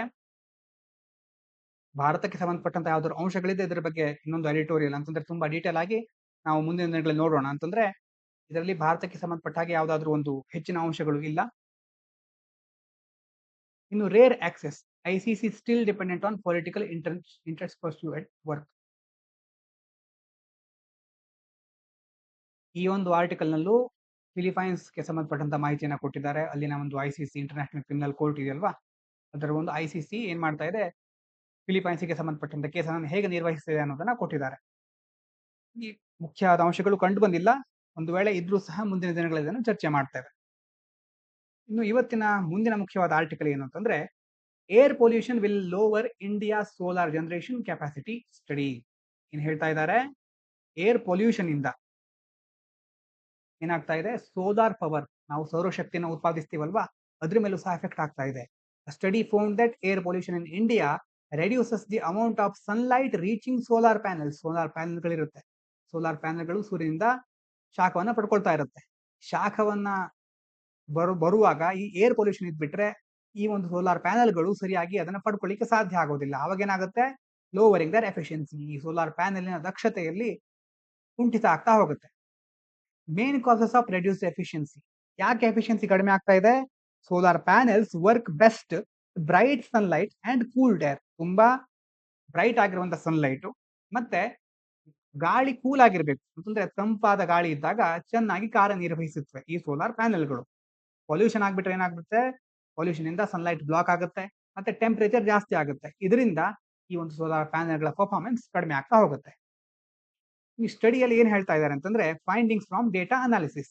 Study use data from 1980 to 2019 and found that pollution and rising temperatures will lower India solar energy generation by up to 50% in some areas. ಕೆಲವೊಂದು ಪ್ರದೇಶಗಳಲ್ಲಿ ಈ ಒಂದು ಏರ್ ಪೊಲ್ಯೂಷನ್ ಇಂದಾಗಿ ಜನರೇಟ್ ಆಗ್ಬೇಕಾಗಿತ್ತಲ್ವಾ ಸೋಲಾರ್ ಪವರ್, ಅದರಲ್ಲಿ ಸುಮಾರು 50ರಷ್ಟು ಕಡಿಮೆ ಆಗ್ತಾ ಇದೆ. ಕಡಿಮೆ ಆಗಿ ಕುಂಠಿತ ಒಂದು ಕಡಿಮೆ ಸೋಲಾರ್ ಪವರ್ ಜನರೇಟ್ ಆಗ್ತಾ ಇದೆ. ಹಾಗಾಗಿ ಇದು ಬಹಳ ದೊಡ್ಡ ಸಮಸ್ಯೆ ಕೆಲವೊಂದು ಪ್ರದೇಶಗಳಲ್ಲಿ ಅಂತ ಹೇಳ್ತಾ ಇದ್ದಾರೆ. ರೀಜನಲ್ ಇಂಪ್ಯಾಕ್ಟ್ ನೋಡೋದಾದ್ರೆ northern India where air pollution is high will affected the most. ಉತ್ತರ ಭಾಗಗಳಲ್ಲಿ ಭಾರತದ ಉತ್ತರ ಭಾಗ ಇದರಿಂದ ಹೆಚ್ಚು ಅಫೆಕ್ಟ್ ಆಗ್ತಾ ಇದೆ. While cleaner areas will perform better. ಸುರಕ್ಷಿತ ಅಂತಂದ್ರೆ ಮುಖ್ಯವಾಗಿ ಸ್ವಚ್ಛ ಪ್ರದೇಶಗಳಲ್ಲಿ ಉತ್ತಮವಾದಂತಹ ಗಾಳಿಯನ್ನ ಸ್ವಚ್ಛ ಗಾಳಿಯನ್ನ ಹೊಂದಿರುವಂತಹ ಪ್ರದೇಶಗಳಲ್ಲಿ ಇದರಿಂದ ಬಹಳ ಸಮಸ್ಯೆಗಳು ಆಗ್ತಾ ಇಲ್ಲ. ಯಾಕಂತಂದ್ರೆ ಏರ್ ಪೊಲ್ಯೂಷನ್ ಇಂದಾಗಿ ಆಗ್ತಾ ಇರುವಂತಹ ಪ್ರಾಬ್ಲಮ್ ಇದೆ. ಸೊಲ್ಯೂಷನ್ ಸಜೆಸ್ಟೆಡ್ ಏನು ಹಾಗಾದ್ರೆ? Study suggest improving air quality. ಮುಖ್ಯವಾಗಿ ಏರ್ ಕ್ವಾಲಿಟಿಯನ್ನ ಗಾಳಿಯ ಗುಣಮಟ್ಟವನ್ನ ಇಂಪ್ರೂವ್ ಮಾಡ್ಕೋಬೇಕು. ರೆಡ್ಯೂಸಿಂಗ್ ಪೊಲ್ಯೂಷನ್, ಅದಕ್ಕೋಸ್ಕರ ಪೊಲ್ಯೂಷನ್ ಕಡಿಮೆ ಮಾಡ್ಕೋಬೇಕು. And better planning for solar energy projects to minimise these effects. ಇನ್ನು ಸೋಲಾರ್ ಎನರ್ಜಿಗೆ ಸಂಬಂಧಪಟ್ಟ ಹಾಗೆ ಟೆಕ್ನಿಕಲ್ ಆಗಿ ಹೊಸ ಹೊಸ ಯೋಜನೆಗಳನ್ನ ಜಾರಿಗೊಳಿಸೋದು. ಆ ಮೂಲಕ ಏನ್ ಮಾಡ್ಬೇಕು, ಇಂತಹ ಸಮಸ್ಯೆಗಳನ್ನ ಬಂದ್ರು ಸಹ ನಾವು ಅದನ್ನ ಹೇಗೆ ಹ್ಯಾಂಡಲ್ ಮಾಡೋದನ್ನ ತಿಳ್ಕೋಬೇಕು. ನೋಡಿ, ಒಂದು ಕಡೆ ಮೊದಲು ಹೇಳಿದಾಗ ಎವ್ರಿಥಿಂಗ್ ಇಸ್ ಇಂಟರ್ ಕನೆಕ್ಟೆಡ್ ಅಂತ ಹೇಳಿದ್ವಲ್ವಾ, ನಾವು ಈ ಕಡೆ ಪೊಲ್ಯೂಷನ್ ಹೆಚ್ಚು ಮಾಡ್ಕೊಂಡು ಪರವಾಗಿಲ್ಲ ನಮ್ಮ ಹತ್ರ ರಿನ್ಯೂಯಬಲ್ ಎನರ್ಜಿ ಇದೆ ಅಂತ ಅದನ್ನ ನಂಬ್ಕೊಂಡ್ಬಿಟ್ರೆ ನಾವು ಪೊಲ್ಯೂಷನ್ ಹೆಚ್ಚು ಮಾಡ್ತಾ ಇದ್ದಾಗ ರಿನ್ಯೂಯಬಲ್ ಎನರ್ಜಿ ಸಹ ಸಿಕ್ಕೋದು ಕಡಿಮೆ ಆಗ್ಬಿಡುತ್ತೆ. ಪೊಲ್ಯೂಷನ್ ಜಾಸ್ತಿ ಆಗ್ತಾ ಇದ್ರೆ ಈ ಕಡೆ ಸೋಲಾರ್ ಎನರ್ಜಿ ಸಹ ಕಡಿಮೆ ಆಗ್ತಾ ಹೋಗ್ಬಿಡುತ್ತೆ. ಹಾಗಾಗಿ ಎಲ್ಲದನ್ನು ಸಹ ಬ್ಯಾಲೆನ್ಸ್ ಮಾಡ್ಕೊಂಡು ಹೋಗ್ಲಿಕ್ಕೆ ಸಸ್ಟೈನೇಬಲ್ ಅಂತ ಹೇಳ್ತೀವಲ್ವ, ಸಸ್ಟೈನೇಬಲ್ ಡೆವಲಪ್ಮೆಂಟ್, ಆ ಒಂದು ಗುರಿಯ ಕಡೆ ನಮ್ಮ ಗಮನ ಇರಬೇಕು. ಇದಾದ್ಮೇಲೆ ಕೊನೆಯದಾಗಿ ಸ್ಟಾರ್ಲಿಂಕ್ ಬಗ್ಗೆ. ಸ್ಟಾರ್ಲಿಂಕ್ ಬಗ್ಗೆ ನೀವು ಕೇಳಿರಬಹುದು, ಎಲಾನ್ ಮಸ್ಕ್ ಅವರ ಕಂಪನಿ. ಏನಿದು ಅಂತ ನೋಡೋದಾದ್ರೆ what is Starlink? Starlink is a satellite based internet service Elon Musk space X ಕಂಪನಿಯ ಒಂದು ಭಾಗ ಇದು. ಯಾವುದು? ಸ್ಟಾರ್ಲಿಂಕ್ ಅನ್ನೋದು ಸ್ಯಾಟಲೈಟ್ ಮೂಲಕ ಜನರಿಗೆ ಇಂಟರ್ನೆಟ್ ಅನ್ನ ಕೊಡುತ್ತೆ. ಇದು it provides fast internet to remote areas. ಬಹಳ ದೂರದ ಪ್ರದೇಶಗಳಲ್ಲೂ ಸಹ ಸ್ಯಾಟಲೈಟ್ ನ ಮೂಲಕ ಇಂಟರ್ನೆಟ್ ವ್ಯವಸ್ಥೆಯನ್ನು ಮಾಡ್ತಾರೆ. Using over 2000 satellite in space. ಬಾಹ್ಯಾಕಾಶದಲ್ಲಿ ಸುಮಾರು 2000 ಸ್ಯಾಟಲೈಟ್ಗಳಿದೆ. ಅದರ ಮೂಲಕ ಇಂಟರ್ನೆಟ್ ಅನ್ನ ದೊರಕಿಸ್ತಾರೆ. ಕಾಸ್ಟ್ ಆಫ್ ಸ್ಟಾರ್ಲಿಂಕ್ ನೋಡೋದಾದ್ರೆ user need to buy Starlink hardware. ಇದನ್ನ ಬಳಸೋರು ಯೂಸರ್ಗಳು ಒಂದು ಹಾರ್ಡ್ವೇರ್ ಅನ್ನು ಖರೀದಿ ಮಾಡಬೇಕು. ಅದಕ್ಕೆ 30,000 ದಿಂದ 40,000 ಇರುತ್ತೆ. And pay monthly fee. ಅದ್ರ ಜೊತೆ ಮಂತ್ಲಿ ಫೀ 7,000 ದಿಂದ 21,000 ಅಷ್ಟರ ತನಕ ಪೇ ಮಾಡಬೇಕು, ಡಿಪೆಂಡಿಂಗ್ ಆನ್ ದ ಪ್ಲಾನ್. ಅವ್ರು ಯಾವ ಪ್ಲಾನ್ ಅನ್ನ ತೆಗೆದುಕೊಳ್ತಾರೆ ಅನ್ನೋದ್ರ ಮೇಲೆ ಇದು ಡಿಪೆಂಡ್ ಆಗಿರುತ್ತೆ. Availability in India. Starlink is not yet available in India due to government approval delays related to security concerns and satellite spectrum allocation. ಭಾರತದಲ್ಲಿ ಇದು ಇನ್ನೂ ಬಂದಿಲ್ಲ. ನಿಧಾನವಾಗಿ ಈಗ ಜಿಯೋ ಮತ್ತೆ ಏರ್ಟೆಲ್ ಅವರು ಒಪ್ಪಂದಗಳನ್ನ ಮಾಡ್ಕೊಳ್ತಾ ಇದ್ದಾರೆ. ಮುಂದಿನ ದಿನಗಳಲ್ಲಿ ಬಹಳ ಬೇಗ ಬರಬಹುದು. ಆದ್ರೆ ಸರ್ಕಾರದ ಕೆಲವೊಂದು ರೂಲ್ಸ್ ಗಳಿದೆ, ಅಪ್ರೂವಲ್ ಆಗಲಿಕ್ಕೆ ಲೇಟ್ ಆಗ್ತಾ ಇದೆ. ಮತ್ತೆ ಸ್ಪೆಕ್ಟ್ರಮ್, ಸ್ಯಾಟಲೈಟ್ಗೂ ಸಹ ಸ್ಪೆಕ್ಟ್ರಮ್ ಬೇಕಾಗಿರುತ್ತೆ. ಆ ತರಂಗಾಂತರ ಹಂಚಿಕೆಯಲ್ಲಿ ಬಹಳ ತಡ ಆಗ್ತಾ ಇದೆ. ರೆಗ್ಯುಲೇಟರಿ ಇಶ್ಯೂಸ್ ನೋಡೋದಾದ್ರೆ ನಿಯಂತ್ರಕ ಸಮಸ್ಯೆಗಳು. Indian government has strict rules for satellite communication services. ಭಾರತದಲ್ಲಿ ಇದಕ್ಕೆ ಸಂಬಂಧಪಟ್ಟ ಹಾಗೆ ಕಠಿಣವಾದಂತಹ ಕಾನೂನುಗಳಿದೆ. Including security clearance and legal approvals from multiple agencies. ತುಂಬಾ ಬೇರೆ ಬೇರೆ ಸಂಸ್ಥೆಗಳಿಂದ, ಏಜೆನ್ಸಿಗಳಿಂದ ಅಪ್ರೂವಲ್ ತೆಗೆದುಕೊಂಡ ಆದ್ಮೇಲೆ ಮಾತ್ರ ಅವರು ಈ ಒಂದು ಸೇವೆಗಳನ್ನ ಅಥವಾ ಒಂದು ಕೆಲಸವನ್ನ ಪ್ರಾರಂಭಿಸಬಹುದು. ಫ್ಯೂಚರ್ ಚಾಲೆಂಜಸ್ ನೋಡೋದಾದ್ರೆ Starlink faces competition from local telecom companies. ಈಗ ನಾವೇ ಆಗಿರಬಹುದು, ನಮಗೆಲ್ಲ ಫ್ರೀ ಆಗಿ ಇಂಟರ್ನೆಟ್ ಯೂಸ್ ಮಾಡಿ ಹೆಚ್ಚು ರೂಢಿ ಆಗ್ಬಿಟ್ಟಿರುತ್ತೆ. ಅಥವಾ ಯಾವುದೇ ಒಂದು ಭಾರತದ ಹಳ್ಳಿಗಳಲ್ಲಿ ನೀವು ಹೋದ್ರೆ ಅಲ್ಲಿರುವವರು ಜಿಯೋ, ಏರ್ಟೆಲ್, ಈ ರೀತಿ ಜಿಯೋ ಕ್ರಾಂತಿ ಆದಾಗಿಂದ ಏನಾಗಿದೆ, ಕಡಿಮೆ ಬೆಲೆಯಲ್ಲಿ ಇಂಟರ್ನೆಟ್ ಸಿಗ್ತಾ ಇದೆ. ಹಾಗಾಗಿ ಈ ಒಂದು ಸ್ಟಾರ್ಲಿಂಕ್ ನ ಮೂಲಕ ಪ್ರತಿ ತಿಂಗಳು 7,000, 21,000 ಇದೆಲ್ಲ ಜನರು ಸ್ವಲ್ಪ ನಿಧಾನವಾಗಿ ಅಂತ ದೊಡ್ಡ ದೊಡ್ಡ ಇಂಡಸ್ಟ್ರಿಗಳು ಇದನ್ನ ಕೈಗೆತ್ತಿಕೊಳ್ಳಬಹುದು. ಜನರು ಈ ಒಂದು ಯೋಜನೆ ಕುರಿತು ಮುಂದಾಗೋದು ಬಹಳ ತಡ ಆಗಬಹುದು. ಯಾಕಂತಂದ್ರೆ ಫ್ರೀ ಇಂಟರ್ನೆಟ್ ಎಲ್ರಿಗೂ ರೂಢಿ ಆಗ್ಬಿಟ್ಟಿದೆ. ಫ್ರೀ ಅಂತಂದ್ರೆ ನಾವು ದುಡ್ಡು ಕೊಟ್ಟರು ಸಹ ಅದೇನು ನಮಗೆ ಕೊಡ್ತಾ ಇದೀವಿ ಅಂತ ಅನ್ಸೋದಿಲ್ಲ. ಅಷ್ಟು ದೊಡ್ಡ ಮಟ್ಟದಲ್ಲಿ ನಾವು ಇಂಟರ್ನೆಟ್ ವ್ಯವಸ್ಥೆನ ಪಡಿತಾ ಇದ್ದೇವೆ. ಬೇರೆ ದೇಶಗಳಿಗೆ ಹೋಲಿಸಿದ್ರೆ ಬಹಳ ಕಡಿಮೆ ದರದಲ್ಲಿ ನಮಗೆ ಇಂಟರ್ನೆಟ್ ಸಿಗ್ತಾ ಇರುತ್ತೆ. ಹಾಗಾಗಿ ಸ್ಟಾರ್ಲಿಂಕ್ ಪ್ರಾಜೆಕ್ಟ್ ಯಾವ ರೀತಿ ಸಕ್ಸಸ್ ಅನ್ನ ಕಾಣುತ್ತೆ ಅಂತ ನಾವು ಮುಂದಿನ ದಿನಗಳಲ್ಲಿ ನೋಡ್ಬೇಕಷ್ಟೇ. Government restrictions on spectrum sharing which could delay its launch in India. ಅದೇ ರೀತಿ ಸರ್ಕಾರದ ಕೆಲವೊಂದು ನಿಯಂತ್ರಕ ಕ್ರಮಗಳು ಇದೆ. ಇದರಿಂದಾಗಿ ಸ್ಟಾರ್ಲಿಂಕ್ ಸ್ವಲ್ಪ ತೊಡಕುಗಳನ್ನ ಎದುರಿಸ್ತಾ ಇದೆ. ವೊಕ್ಯಾಬ್ಯುಲರಿ ನೋಡೋದಾದ್ರೆ school principal decided to facilitate the best student for their achievements in the grand ceremony. ಒಳ್ಳೆಯ ವಿದ್ಯಾರ್ಥಿಗಳಿಗೋಸ್ಕರ ಫೆಸಿಲಿಟೇಟ್ ಅಂದ್ರೆ ಪ್ರೈಸ್ ಕೊಡೋದು, ಗೌರವಿಸೋದು, ಒಂದು ಆನರಿಂಗ್ ಅಂತ ಹೇಳ್ತೇವಲ್ಲ, ಅಪ್ರಿಶಿಯೇಟ್ ಮಾಡೋದು, ಅಪ್ರಿಶಿಯೇಟ್ ಮಾಡೋದು, ಅವರನ್ನ ಗೌರವಿಸುವ ರೀತಿ. ಆ ರೀತಿ ಒಂದು ಪ್ರೋಗ್ರಾಮ್ ಅನ್ನ ಅರೇಂಜ್ ಮಾಡಿದ್ರು.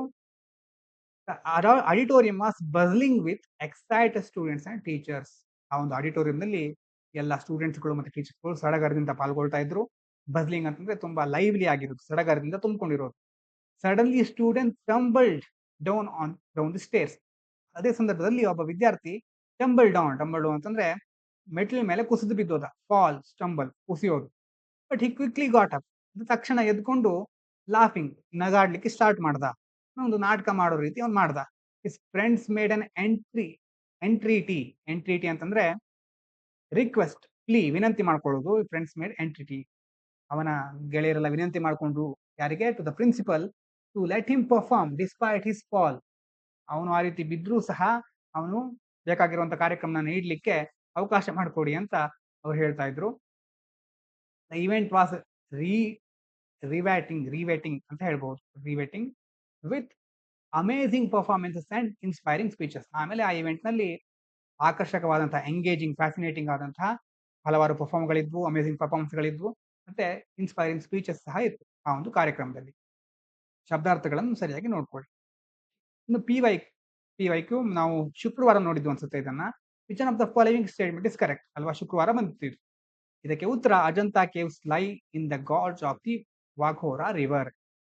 ಇವತ್ತಿನ question with reference to the cultural history of India, which of the following is the correct description of the Paramitas ಬಗ್ಗೆ ಸರಿಯಾದ ಡಿಸ್ಕ್ರಿಪ್ಷನ್ ಏನು ಕೆಳಗಡೆ ಕೊಟ್ಟಿರೋದ್ರಲ್ಲಿ?